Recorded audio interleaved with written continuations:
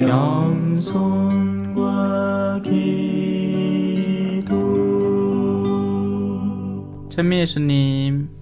그때 예수님께서 말씀하셨다. 하느님의 나라는 무엇과 같을까? 그것을 무엇에 비길까? 하느님의 나라는 겨자씨와 같다. 어떤 사람이 그것을 가져다가 자기 정원에 심었다. 그랬더니 자라서 나무가 되어 하늘의 새들이 그 가지에 깃들였다. 예수님께서 다시 이르셨다. 하느님의 나라를 무엇에 비길까? 그것은 누룩과 같다. 어떤 여자가 그것을 가져다가 밀가루 서말 속에 집어넣었더니 마침내 온통 부풀어 올랐다. 주님의 말씀입니다.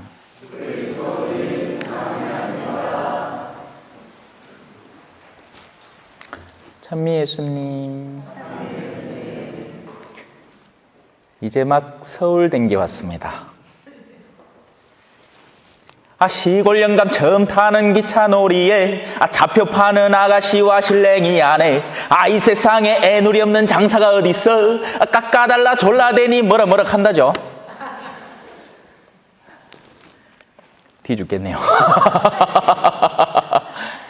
그래서 한국 외방 선교 수녀회 이 후원 회원들 앞에 두고 강의 2시간, 미사, 점심도 같이 먹고 그랬습니다.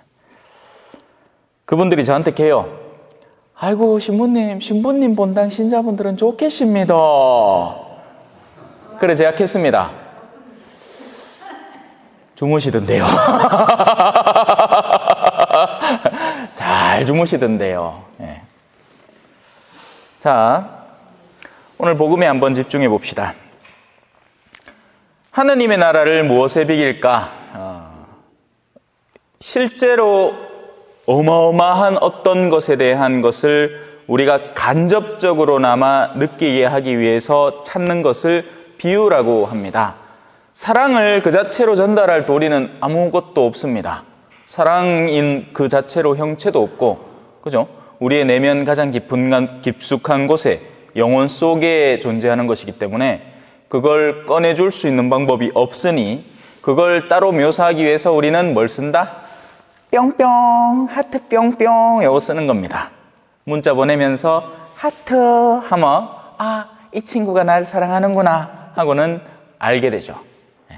그렇게 표현된 것으로 상징적인 것으로 우리는 이해하게 되는 겁니다.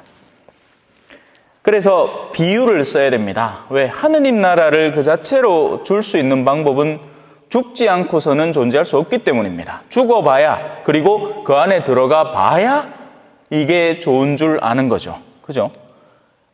할아버지가 온탕에 들어가면서 어이구 시원하다 하는 그거는 지가 할배가 돼봐야 알지. 얼라 때 할배가 시원하다 한다고 해가지고 따라갔고 온탕 들어갔다가 뜨거이 씩 하면 거꾸로죠. 할배한테 막 짜증내죠. 할배는 시원한데 그 뼈마디가 막 류마티즘 관절염에 막 아파 죽겠는데 그 온탕에 쓱 들어가 몸을 한번 뚝 누이면 느껴지는 그 저릿저릿한 온기와 거기에다가 또 쭉 나와갖고 그 온기를 가진 채로 냉탕에 한번 쓱 들어갔을 때 그 오그라드는 그 느낌은 체험해보지 않고는 모른단 말입니다. 그래서 캤습니다. 우리 성당 신자분들은 잔다고. 내가 앞에서 암만 요래해도 하도 이제 익숙해져가지고 가만히 계십니다. 그죠? 자, 그래서 하늘나라는 어쩔 수 없이 비유로, 그리고 그 비유라는 것은 그 전체를 담고 있는 게 아니죠. 그 가운데 지극히 일부, 그것이 동작하는 바에 대한 것을 묘사해냅니다. 오늘 비유의 특징은 뭐죠? 어마어마하게 작은 것이 들어와서 어마어마하게 크게 된다라는 핵심입니다. 그리고 우리는 이걸 다른 쪽으로 이해를 합니다. 예를 들면 사랑하는 두 부부가 있었어요. 그런데 아내가 남편에 대해서 기본적으로 존경을 갖추고 있었고 사랑을 했습니다. 무슨 문제가 있을까요? 밖에 나가서 다른 친구들하고 이야기를 하는데 그 친구가 이 한마디를 남겨놓은 거예요. 너가 남편 있나? 내가 한날 보는데 어느 모텔에서 웬 여자하고 그 앞에 떡 안 서 있나? 그날로부터 내 영혼 속에 그 사악한 여인의 질투 어린 말, 하지만 나에게는 그것은 모르죠. 다만 그 말이 들어와 버렸습니다. 그날로부터 어떻게 됩니까? 의심병이 도지기 시작해요. 편집증적으로 멈출 수가 없는 겁니다. 이것이 영혼의 특징입니다. 우리는 이 부정적인 사건을 통해서 이미 그런 것들에 대한 이해를 거머쥘 수 있어요. 그죠? 나하고 아무 상관없는, 정말 멀리 떨어진, 내가 단 한 번도 본 적이 없는 누군가에 대해서 내가 마음껏 증언할 수 있는 것은 오늘날의 미디어들이 우리에게 그 뉴스를 끊임없이 쏟아내기 때문에 그렇습니다. 그렇기 때문에 우리는 어떤 정치인이 죽일 놈이라느니, 그건 왼쪽은 왼쪽대로 오른쪽은 오른쪽대로 왼쪽을, 한 번도 보지 않은 사람을 그토록 미워하면서 두 번 다시 만나지 못해. 그렇게 할 수 있는 건 바로 그 작은 영혼에 스며든 그 작은 조각이 씨앗이 되어서 커지기 때문입니다. 자, 이제 이걸 뒤집으면 오늘 복음이 되는 겁니다. 세속 사람들은 세속이라는 원리 원칙에 돌아갑니다. 철두철미한 계산과 그리고 나 자신의 이익의 증대를 위해서, 그래서 이기성이 근본입니다. 헌데 만일에 행여 혹여 정말 신이라는 존재가 있어서 우리의 생이 이대로 멈추지 않고 내가 죽음으로써 공중에 흩뿌려져 사라져버리는 허무가 아니라, 만약에 신이라는 존재가 있어서 그 신이 당신이 계획한 시스템대로 우리에 대한 훗날에 분별을 하신다면 어떻게 그걸 준비할 수 있을까? 라는 단 하나의 실마리만 올곧게 영혼 속에 심어주기만 하면, 그날로부터 그는 오늘 일독서에 나오는 표현처럼 피조물이 허무의 지배 아래 든 것은 자의가 아니라 그렇게 하신 분의 뜻이었습니다. 그러나 그것은 희망을 간직하고 있습니다. 우리는 사실 우리가 암만 난다 긴다 해도 죽음이라는 허무를 벗어날 수 없는 구조로 되어 있죠. 안 그렇습니까? 그죠? 지가 암만 부작이나 지가 암만 인기가 있기나 뭔 소용이야. 죽으면 아무짝에도 소용없이 다 공중에 흩뿌려지는 허무가 되잖아요. 아니 거꾸로죠. 쥐면 질수록 더 허무할 거 아닙니까? 차라리 가진 게 없었더라면 허무하진 않지. 그래서 이 피조물도 멸망의 종살이에서 해방되어 하느님의 자녀들이 누리는 영광의 자유를 얻을 것입니다. 색다른 방식이 있단 말이야? 정말일까? 믿어도 될까? 이 상황은 믿는 이들에게도 똑같이 적용됩니다. 내가 지금 열심히 신앙생활을 하고 내가 지금 봉사를 하는데 이게 의미가 있을까? 그러다 보면 사제가 옷 벗고 수녀님이 옷 벗고 하는 거예요.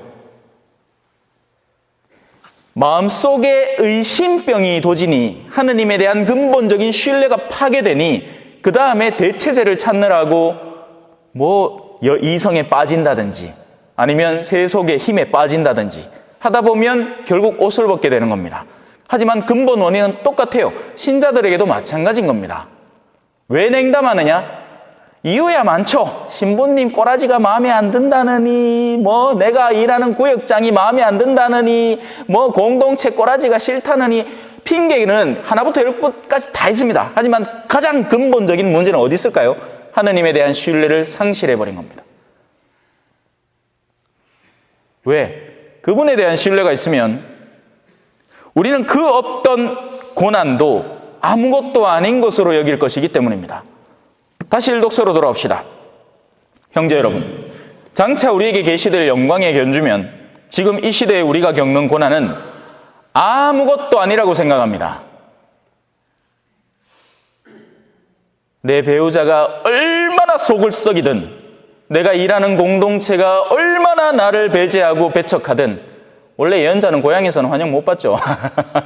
하지만 그런 것은 당차 나에게 다가올 영광에 견주면 아무것도 아니라는 겁니다. 참 오늘 슬라이드를 보여주더라고요. 한국 외방선교에서 이제 후원의 미사니까 수녀님들이 일하는 곳에 슬라이드를 보여주는데 거기 제가 일했던 볼리비아도 나오는 거예요.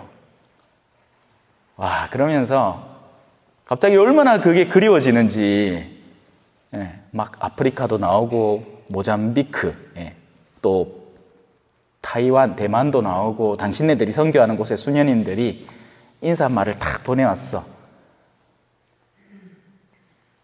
아, 맞다. 참 행복했었지.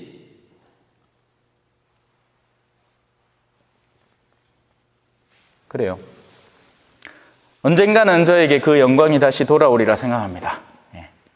저에게 있어서 영광은 화려하고 드높고 부유하고 이런 자리가 아니에요. 저에게 영광은 당신에게 진정으로 봉사하면서 그 말씀의 기쁨을 더 많은 사람과 나눌 수 있는 기회가 저에게는 영광입니다.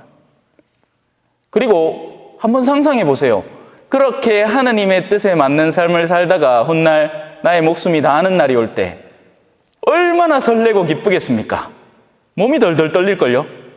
내가 정말 사랑하는 사람을 이제 코앞에 두고 있다고 생각한다면 얼마나 보고 싶겠고 얼마나 기쁘게 거리로 달려가겠습니까?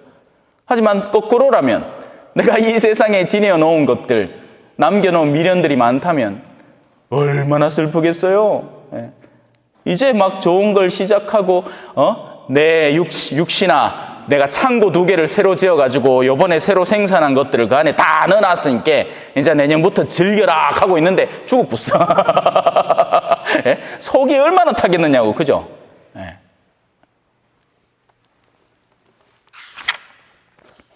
하늘과 땅의 주님이신 아버지 찬미 받으소서. 아버지는 하늘나라의 신비를 철부지들에게 드러내 보이셨나이다. 아멘. 찬미 예수님, 겸손과 기도.